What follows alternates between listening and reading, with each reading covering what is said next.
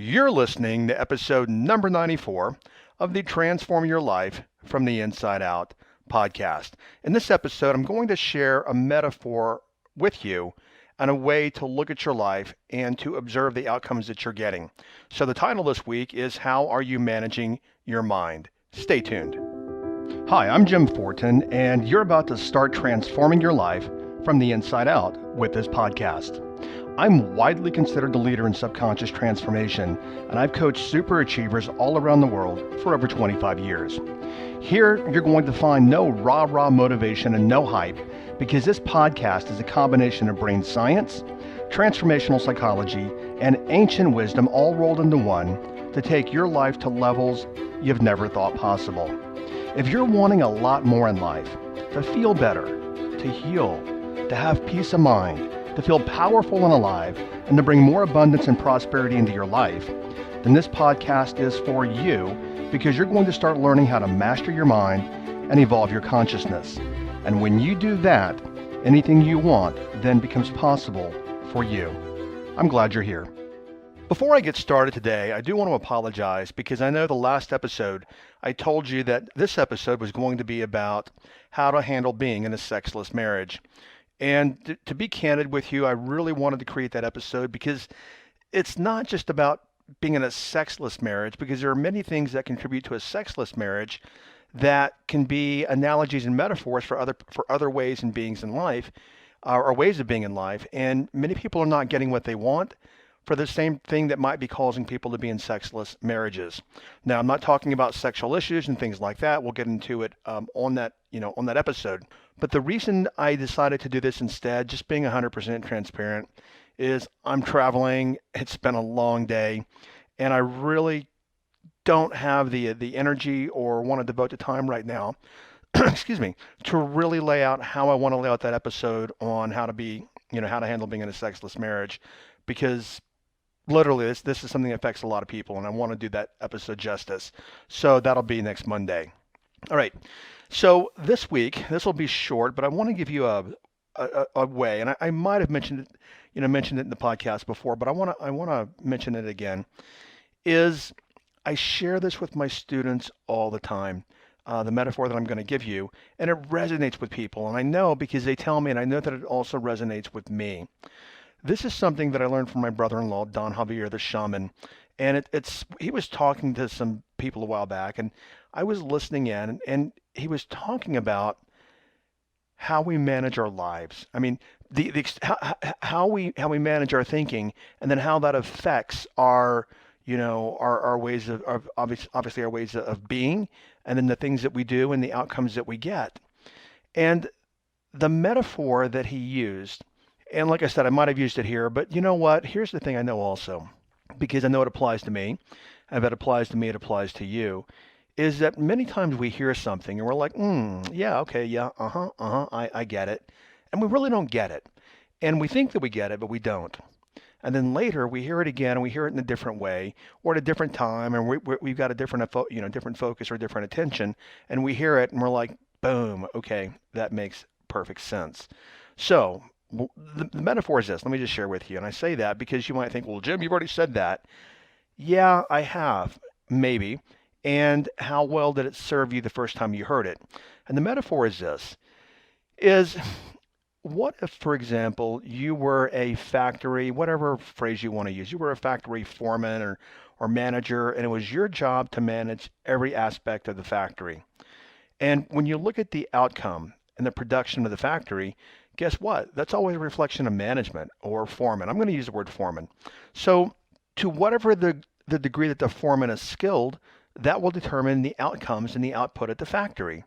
But the same thing applies to you, metaphorically speaking, is to whatever degree you are a foreman of your mind and of your thinking, that will determine the outcomes that you have in your life.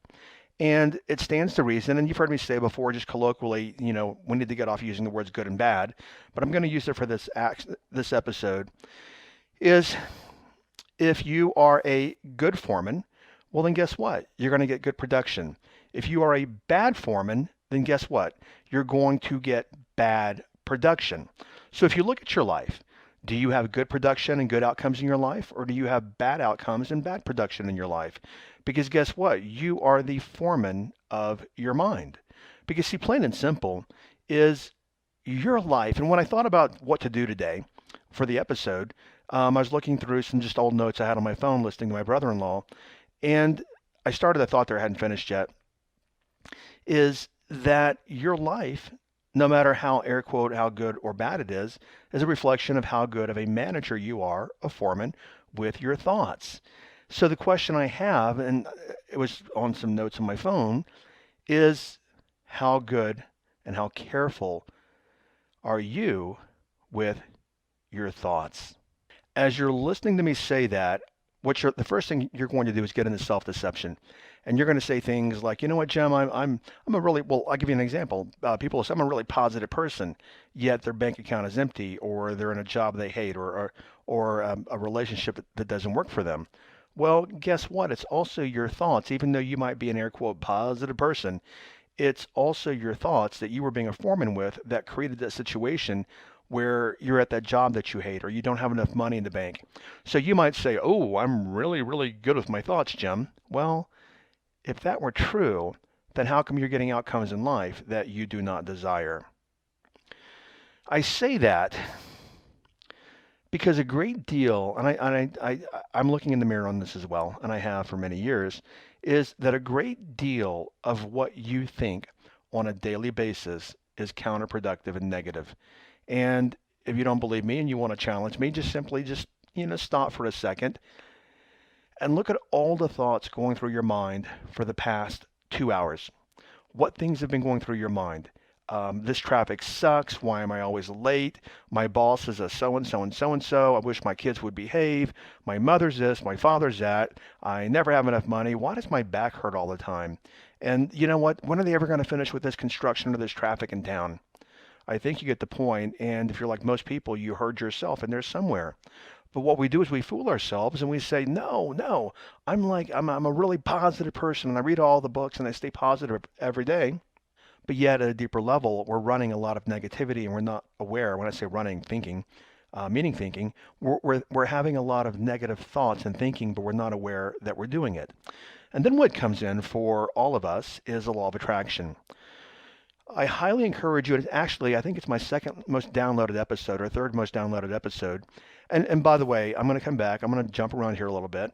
Is thank all of you. We're most likely going to hit 1 million downloads this year, next month. And I want to thank every one of you, literally, for listening, for sharing, for commenting, for sending in your questions. I mean, I couldn't do this work without you guys. And that also tells me I'm on the right track with you guys and that I'm giving you content that you want and transformational content, or we would not have that kind of response rate in our very first year. So I definitely want to say thank you very much.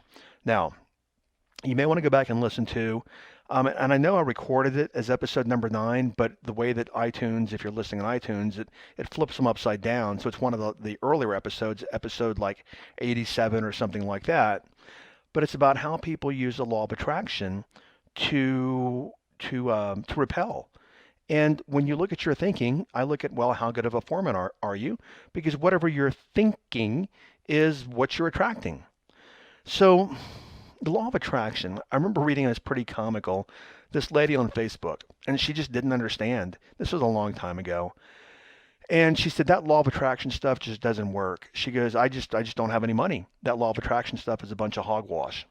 Well, what she didn't get, she did really, I mean, just it's so simple, it's so simple but so elusive for a lot of us, is that her life was a perfect reflection via the law of attraction. Her life was a perfect reflection of her thinking. Now, let's all of us, everyone listening right now, stop for a second. Well, not literally stop. I mean, stop. I mean, let's just stop our thinking for a second. If you're in traffic, do not hit the brakes. Look at your life. Seriously, get really honest with yourself and look at your life. How great is if you even have one, a relationship? Maybe you don't have a relationship. What does your bank account look like? What is your health? What does your life look like? Because guess what? Your life is a perfect reflection of how well that you've been managing the factory and how good of a foreman that you have been. And like I said, the factory of the mind. Your life is a 100% reflection of that. I remember my brother-in-law saying one time to me also, it just caught me by surprise when he said it, is he said, we live in a universe of no mercy. And what that means is we don't get do-overs. Well, we do, but we don't. So whatever thought you put out is like a homing pigeon. It goes out, and it goes out in the universe like a boomerang. But here's the thing, is we don't get to say, oh, universe, I was just kidding. Hey, please take it easy on me because all those things that I said and all those mean things that I did to people, you know what? Hey, universe, let's go to a clean slate. Let's just wipe it clean. Hey, universe, all that thinking that I was thinking about how hard it is to make money and all that kind of stuff, let's just give it a clean slate. Never happened, but give me money anyway. Well, it doesn't work that way. And when when he said to me, we live in a universe of no mercy, plain and simple, what you put in is what you get out. What you think is what is reflected back to you. And that's why the topic this week is, how are you managing your mind? How are you managing your thoughts? Or are your thoughts managing you? You've heard me the last couple of episodes. You've heard me mention on March the 5th, I'm going to be doing a no charge series starting on March the 5th called Be Do Have series. There's no charge for that, and we're going to dive deep into ways that you need to be, to do the things you need to do to have the things that you want in life. Again, there is no charge for that. You can actually get registered via the show notes over at jimfortin.com. When I talk about the universe reflecting you back to you, do you really, really get it? And I'm going to just be honest here. There were many years ago. I have been reading personal development books for a lot of years, and I've literally read thousands and thousands of books over the years, all the classics. And I used to be one of those people also back in the, I don't know, as the late 80s or early 90s. A company called Nightingale Conant, they have personal development content with, many famous speakers and authors. You could rent their programs on audio cassette. And I used to have, walk around with the Sony Walkman back in the late 80s, and I was always listening to a personal development program. I was kind of like, I think I'd mentioned before, Tom Cruise in that movie Cocktail, where he's always got some kind of personal development book behind the bar. And I remember many, many years ago, I was waiting tables after college, and I remember it's Riff's Chris Steakhouse, and I'm waiting tables, and I was listening to an audiobook of Brian Tracy, and I'm like, yeah, I get it. Yeah, I get it. This all makes sense. This makes sense. And I look back now, 30 years later, I'm like, yeah, Jim, if you really got it, then why were you waiting tables after you had I got double degrees from a good school? Why were you, and what caused you to allow yourself to wait tables for $500 a week 30 years ago? Would you have done that had you really got the content in the audiobooks and in the books? So as I'm sharing this with you, many of you are like, yep, Jim, I get it, I get it, I get it. Well, if you don't have what you want in life, guess what? You don't get it. And also when I say if you don't have what you don't want, I know we're always aspiring to new and different and more and bigger and better and different things. I get that. But if you're struggling, let me put it that way. If you're struggling and in and out of relationships and always chasing money, then guess what? You can read all the books in the world, but you still don't get it, that you're not being a foreman of the mental factory and you're not managing it in a way that creates the outcomes for you that you want. Pretty simple here is I call it content versus context, and that's actually one of the earlier episodes. It's also one of the most downloaded episodes on subconscious reprogramming. I think it's one of my first 5 episodes, and you can read content all day long. You can read Think and Grow Rich all day long. But if that content, which is nouns and verbs and participles and, sentence fragments and all that kind of stuff and adjectives and et cetera, you can read that content all day long.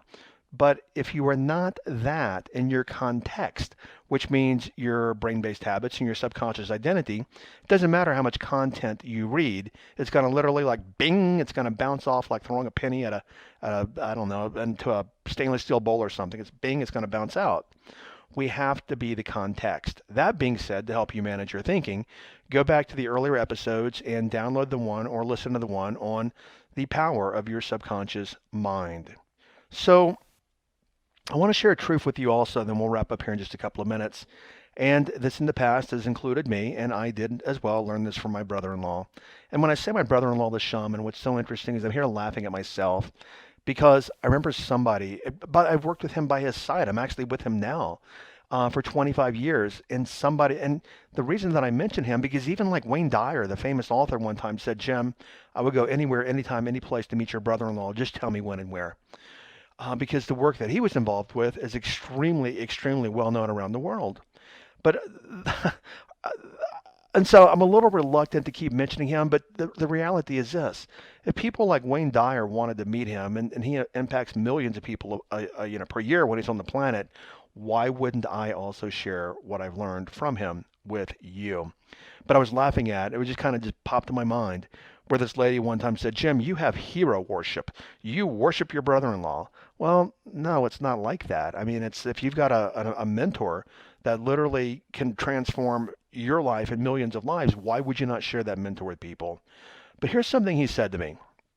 Anyway, back to topic again. Here's something he said to me, and it's true, is he said, well, I'll just tell you why he said it. A lot of people ask me if I will ask him if he will take them on ayahuasca journeys. He does not do that. Does he have the ability? Yes. But he also can go beyond the ability and take people on journeys without having to ingest ayahuasca. And a lot of people will say, Jim, can he take me on an ayahuasca journey? And he won't do it for a couple of reasons.